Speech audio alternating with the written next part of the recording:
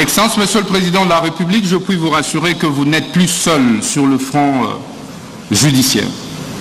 Je suis là à vos côtés et je ne ménagerai aucun effort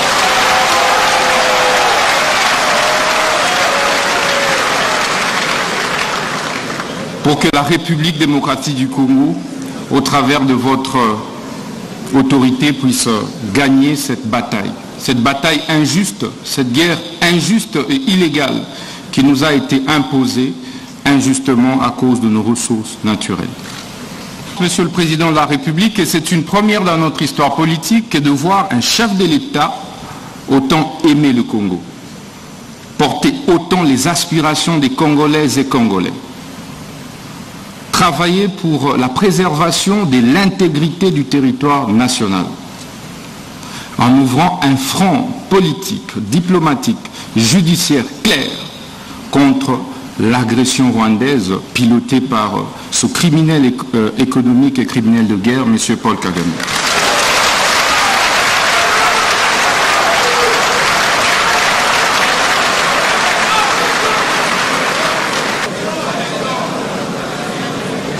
Excellence, Monsieur le Président de la République, chef de l'État et magistrat suprême, Excellence, Madame la Première ministre, honorable Président de l'Assemblée nationale, honorable Président du Sénat, Excellence, Messieurs et Dames ambassadeurs et chefs de mission diplomatique, Monsieur le Président de la Cour constitutionnelle et Président du Conseil supérieur de la magistrature, honorables députés, honorables sénateurs, Mesdames et Messieurs les membres du gouvernement, distingués invités en vos titres et qualités respectifs. Qu'il me soit permis, Excellence Monsieur le Président de la République, magistrat suprême, de vous exprimer toute ma gratitude. Gratitude à cause de ma nomination en qualité de ministre d'État, ministre de la Justice et garde des Sceaux de la République démocratique du Congo. Vous avez risqué, alors que personne ne pouvait parier sur un jeune député issu des rangs de l'opposition politique, afin qu'il se voie confier ces lourds et grands portefeuilles régaliens, celui du ministère de la Justice. 5 mois après, Excellence Monsieur le Président de la République, je pense que votre choix fait plus que jamais l'unanimité.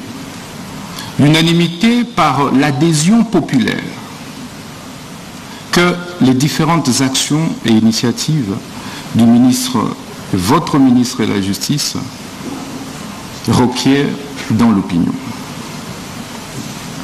Excellence, Monsieur le Président de la République, permettez-moi également de vous rendre hommage pour votre sens élevé de patriotisme. C'est une première dans notre histoire politique que d'avoir un chef de l'État, un président de la République, qui affronte de manière aussi viscérale un ennemi, M. Paul Kagame, qui a tant endeuillé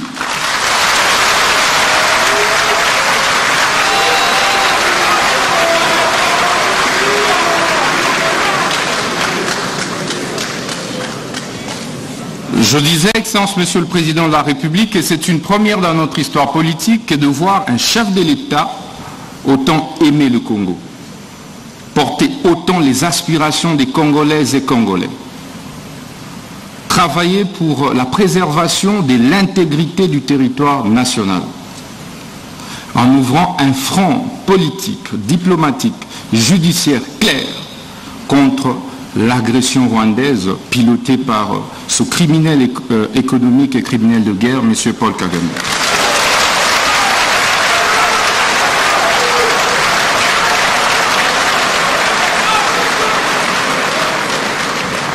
Excellence, Monsieur le Président de la République, je puis vous rassurer que vous n'êtes plus seul sur le front judiciaire.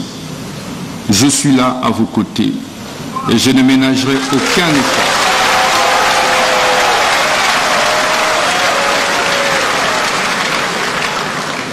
pour que la République démocratique du Congo, au travers de votre autorité, puisse gagner cette bataille injuste, cette guerre injuste et illégale qui nous a été imposée injustement à cause de nos ressources naturelles. Excellence, Monsieur le Président de la République, après cette phase d'hommage,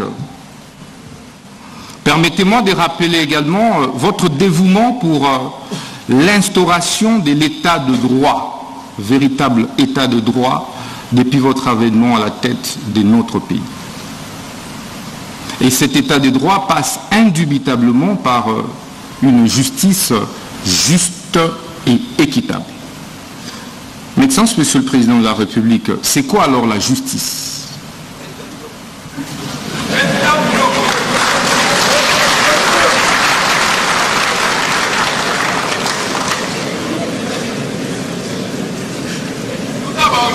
La justice est un terme polysémique, comme l'a dit le bâtonnier national, qui implique un certain nombre d'acceptions. Au-delà de la légalité, elle implique l'éthique, la morale, l'équité. C'est pourquoi un acte peut être légal, mais être injuste, parce qu'il ne comporte pas d'autres acceptions et composantes de la justice. Mais au sens formel, Excellence, Monsieur le Président de la République, la justice devait être comprise comme ce système, cet ensemble de systèmes composés et constitués des corps des magistrats, des avocats, des huissiers, des greffiers, des OPJ, des APG, j'en passe, en vue de créer l'équilibre dans la société, en vue de créer l'apaisement et la paix sociale dans la société.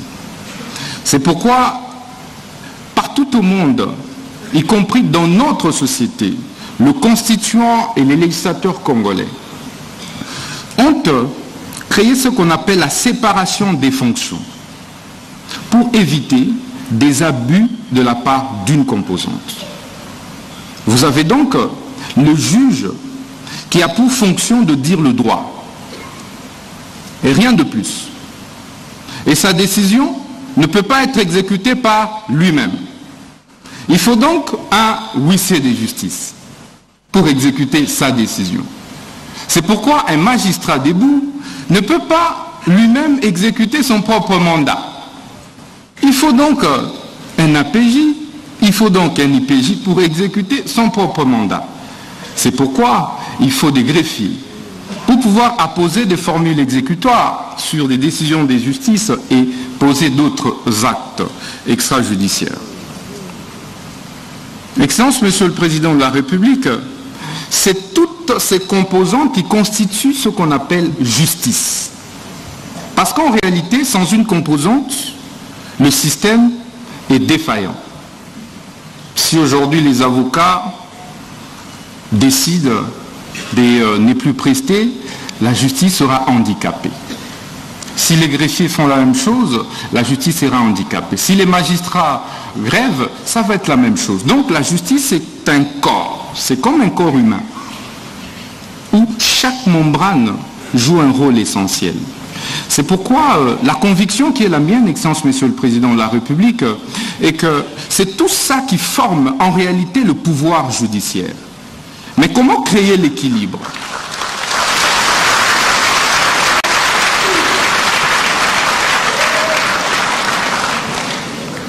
Mais comment alors créer l'équilibre et veiller qu'une composante puisse empiéter sur les fonctions d'une autre composante? C'est ça le rôle du ministre de la Justice. Il faut un arbitre. Il faut un arbitre qui régule. Il faut un arbitre qui voit comment le juge ne peut pas empiéter sur les prérogatives et fonctions des huissiers, comment les greffiers ne doivent pas empiéter sur les prérogatives des huissiers, ainsi de suite. C'est ça le rôle du ministre de la Justice, Excellence, Monsieur le Président de la République. Et donc, le ministre de la Justice ne devrait pas être perçu comme un simple membre du gouvernement de l'exécutif entre le pouvoir exécutif et les pouvoirs judiciaires. Excellence, Monsieur le Président de la République, ceci veut dire donc que le ministre de la Justice veille à la bonne application des lois et textes réglementaires au niveau de la République. Le ministre de la Justice veille sur les exécutions des décisions de justice. Les ministres de la Justice veillent sur la protection et préservation des droits et devoirs des citoyens. Il se rassure, Excellence, Monsieur le Président de la République.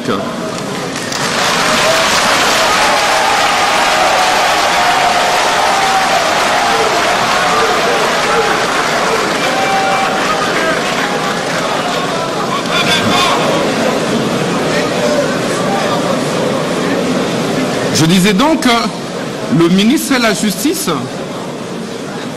veille à la sauvegarde, à la préservation des droits et libertés fondamentaux des citoyens. C'est donc le protecteur des faibles. C'est donc le protecteur des démunis, de ceux qui pensent que la justice est réservée à une certaine classe, à une certaine catégorie. C'est cela aussi le rôle du ministre de la Justice. Excellence, Monsieur le Président de la République, chef de l'État et magistrat suprême, qu'en est-il de la justice en RDC? Le constat, vous l'avez plus d'une fois fait, mais nous l'avons également fait après notre nomination par votre auguste autorité. 7 Congolais sur 10 sont insatisfaits de la manière dont notre justice est distribuée et administrée.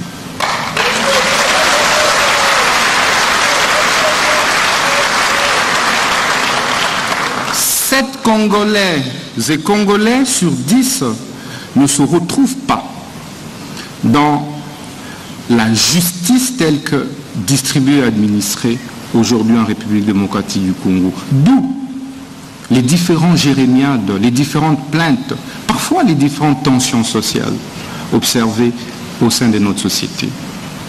Lorsque les magistrats tombent malades, il est obligé parfois de fournir beaucoup d'efforts pour se faire soigner. Lorsqu'un magistrat meurt, ils sont obligés de se cotiser pour pouvoir enterrer l'un des leurs.